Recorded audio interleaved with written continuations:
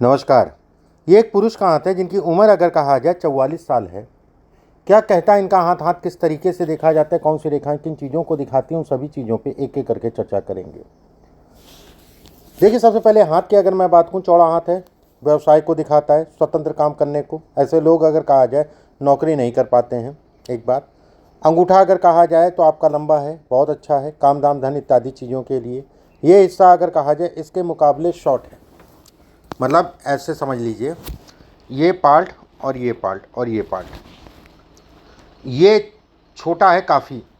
ऐसे में कहा जाएगा कि ऐसे लोगों के जीवन में थोड़ा सा फ्लक्चुएशन होता है।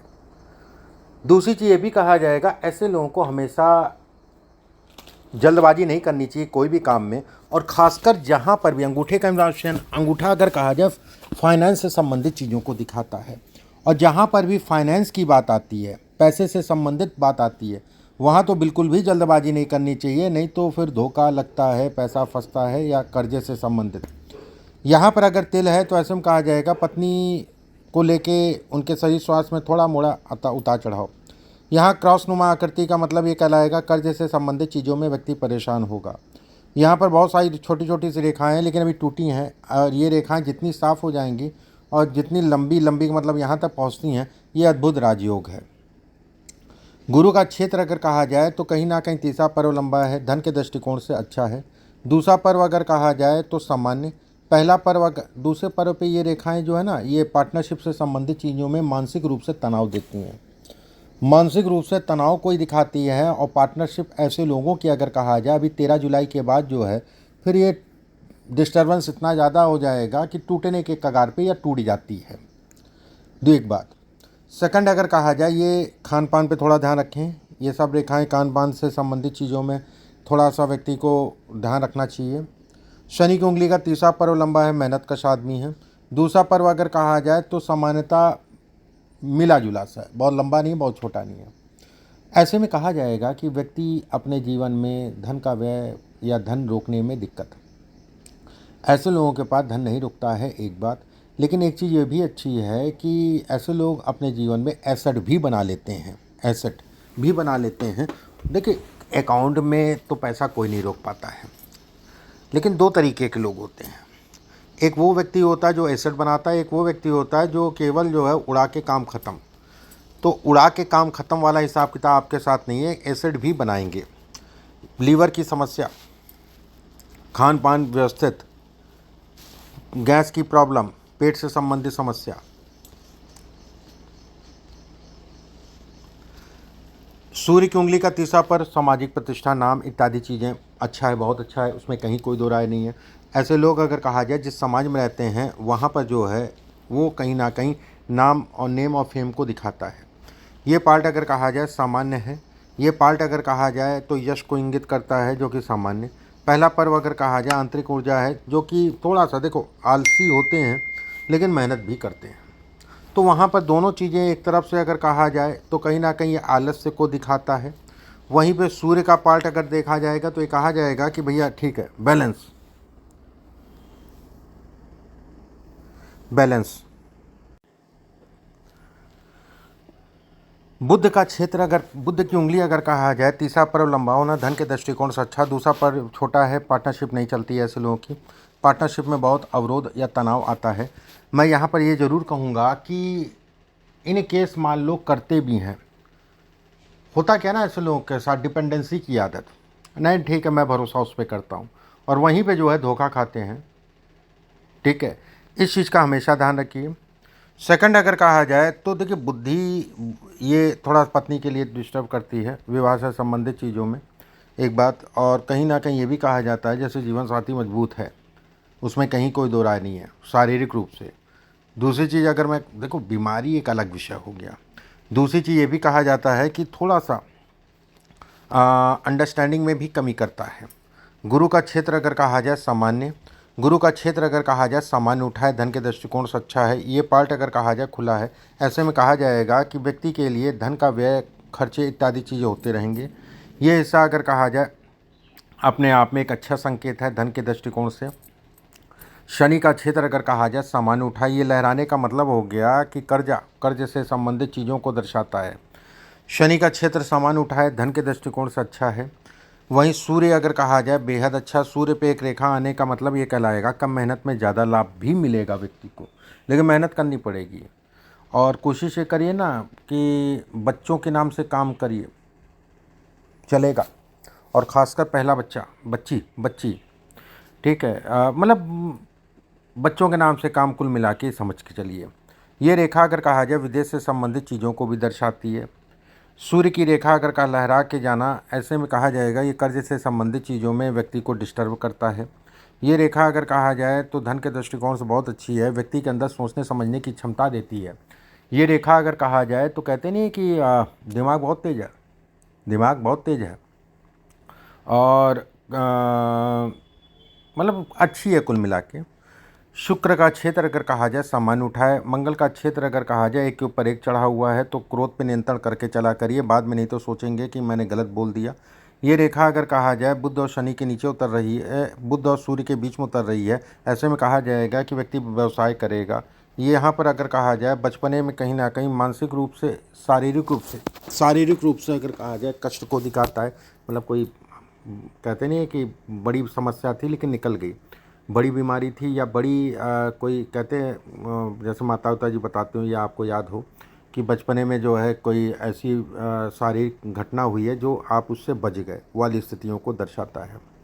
ये सब रेखाएं अगर कहा जाए राहु का डिस्टर्बेंस, अभी सावन लगेगा, किसी विद्वान आदमी से राहु की शांति ज़रूर करा दीजिएगा। उसके बाद एक पन्ना पहन लीजिएगा, पन्ना फिर उतारिएगा नहीं, और पन्ना ध्यान रखिएगा ये मस्ट है, क्योंकि कलर थ्योरी सबसे बड़ी चीज़ होती है स्टोन में, और लोगों को ये कलर थ्योरी पता नहीं है। केवल लोग जो है पन्ना पहन लो, पुखराज पहन लो, बस हो गया।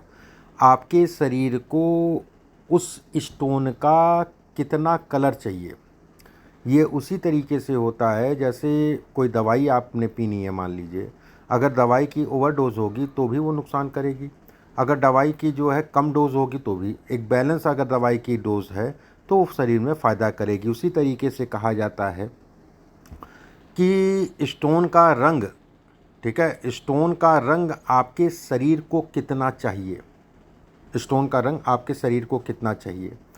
आपके लिए जो पन्ना बनेगा ये बहुत ज़्यादा डार्क ना हो, मीडियम या फिर हल्के कलर का हरापन हो, हल्का हरापन आपके लिए सबसे अच्छा है। और 6 कैरेट से 5 से 6 कैरेट से ज़्यादा मत पहनिएगा, 5 से 6 कैरेट के बीच का, उससे ज़्यादा मत पहनिएगा, इस चीज़ का ध्यान रखिएगा। दूसरी चीज़ जो है राहु की शांति कराने के उपरांत ही पहनिएगा।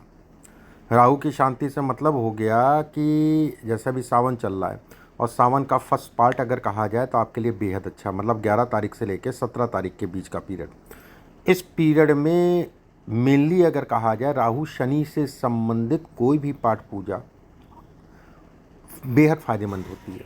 और उससे कम से कम हफ्ता से 15 दिन के बाद, एक हफ्ते से लेकर 15 दिन के बाद, हफ्ते भर बाद कभी भी आप समझ लीजिए ऐसे, हफ्ते भर बाद कभी भी जो है एक पन्ना पहन लीजिएगा, एक ओपल इसमें।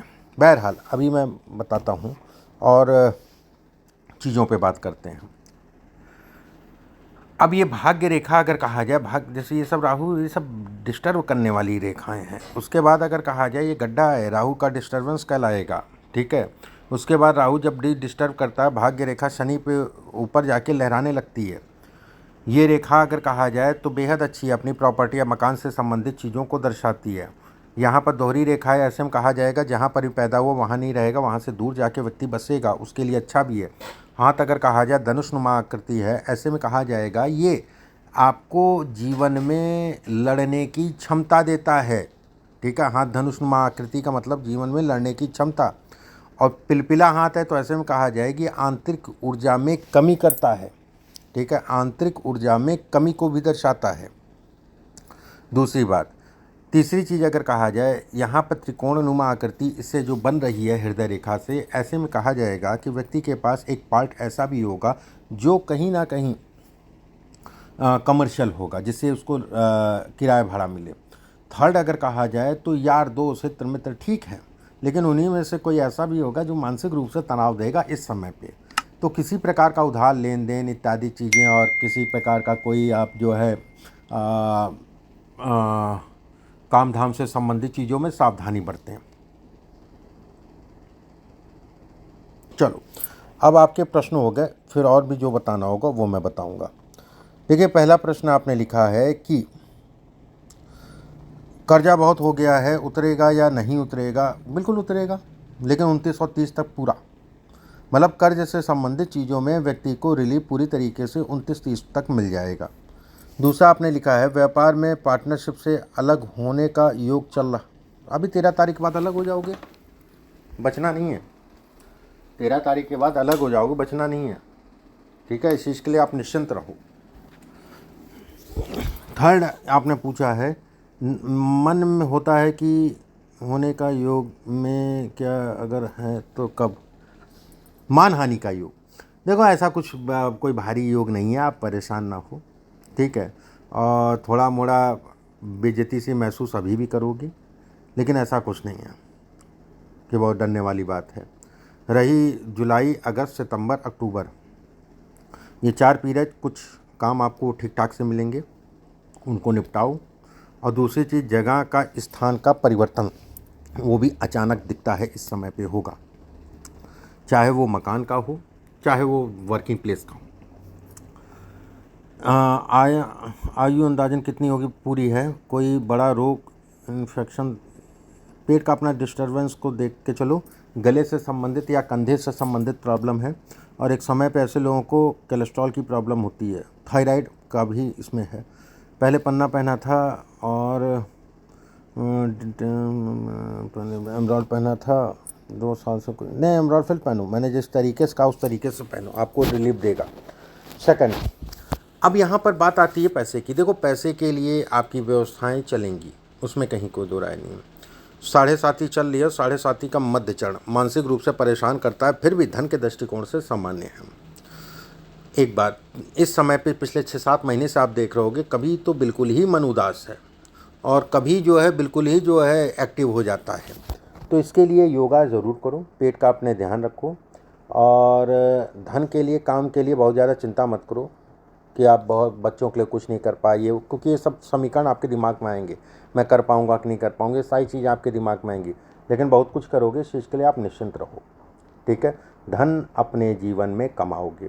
सेकंड, अगर कहा जाए तो कहीं ना कहीं मुख्य रूप से भाग्योदय अगर कहा जाए तो इसमें साल 2030, 31, 32, 33, लेकिन इससे पहले का भी पीरियड अगर देखा जाए तो कहीं ना कहीं आपके लिए डिस्टर्ब इतना नहीं करेगा। 2026 से वेल अच्छा समय है, और बहुत ज़्यादा डरने या वाली बात नहीं है किसी प्रकार से, बिल्कुल मैं कहूँगा।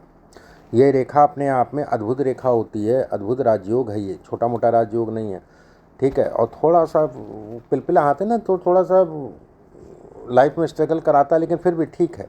यहाँ पर रेखा थोड़ा सा लाइफ में स्ट्रगल कराता है, लेकिन गुरु अगर कहा जाए और सूर्य अगर कहा जाए तो बलिष्ठ है।